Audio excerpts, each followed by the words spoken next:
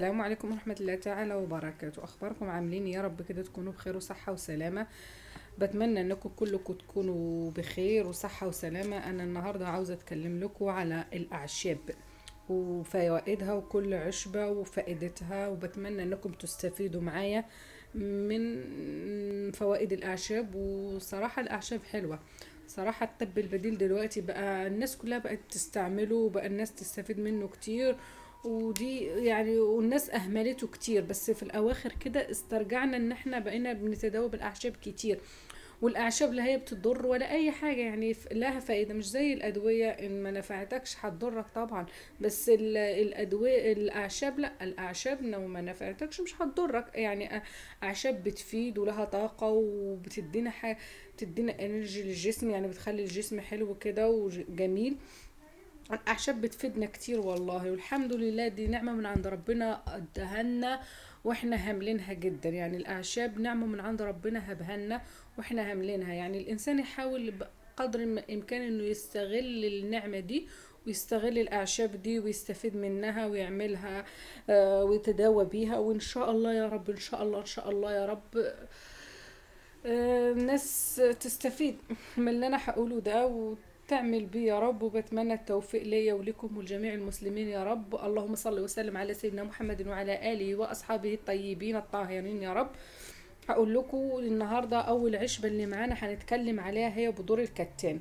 بذور الكتان عشبة جميلة جدا، حلوة جدا، يعني احنا هاملينها. العشبة دي ممكن تستعمل في الخبز، في الطعام، في الاكل، في كل حاجة، بس احنا ما بنستعملهاش كتير. بس بتمنى انكم تستعملوها. هي في الخبز بتيجي جميلة، في الطعام بتيجي جميلة.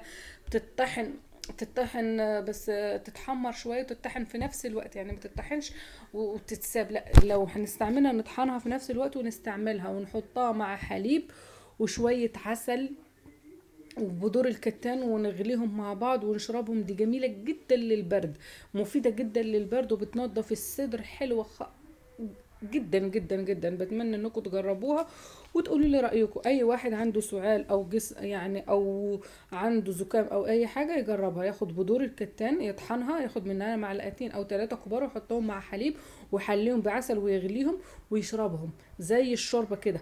والله العظيم حاجة جميلة جدا جدا فوق ما تتخيلوا. بتمنى انكم تستفيدوا معايا، وان انا افيدكم، وانكم تسيبوا لي تعليق وتقولوا لي ايه اللي يجرب يقول لي ايه رأيه. وبتمنى ان انا اكون زي ما قلت لكم انكم تستفيدوا معايا.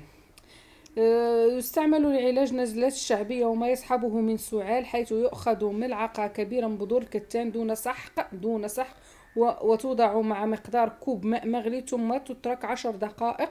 بعد ذلك تصفى وتشرب كوب بعد كل وجبة غداء. ويستمر هذا العلاج لمدة شهر على حتى الشفاء إن شاء الله يا رب.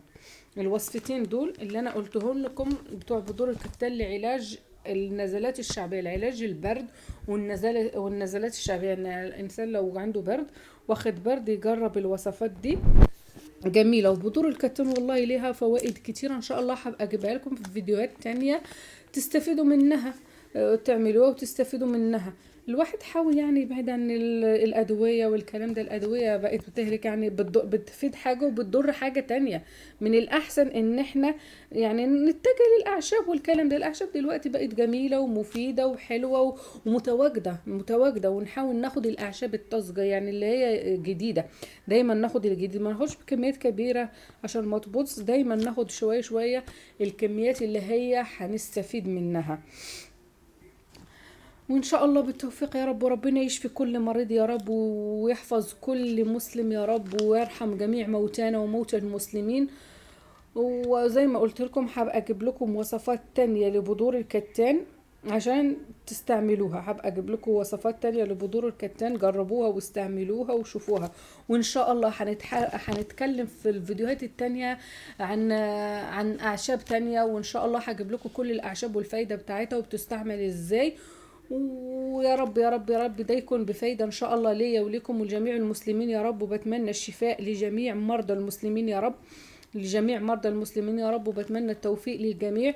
وفي الفيديو هقول لكم، في اخر الفيديو هقول لكم بتمنى منكم انكم تعملوا لايك واشتراك في القناة وتدعموني، وكومنت حلو منكم زيكم كده. وانا فرحانة والله العظيم بالقناة دي، وبتمنى ان انا افيد بيها الناس. اكتر شيء اللي انا بتمناه ان انا افيدكم، وان احنا نستفيد منها. وبتمنى التوفيق ليا ولجميع المسلمين يا رب. وهقول لكم تاني تذكير تاني، بتمنى انكم تعملوا لي كومنت حلو زيكم، وانكم تشتركوا في القناة وتفعلوا الجرس عشان يوصلكم فيديوهاتي دايما الجديدة، وتفعلوا الجرس، وتتفرجوا في الفيديو للآخر. اتفرجوا للفيديو للآخر، ويا ريت تبعتوا لي حبايبكم واهلكم واصحابكم عشان يشتركوا في القناة، تدعموني وترفعوا لي القناة شوية. وشكرا لكم والسلام عليكم ورحمة الله تعالى وبركاته.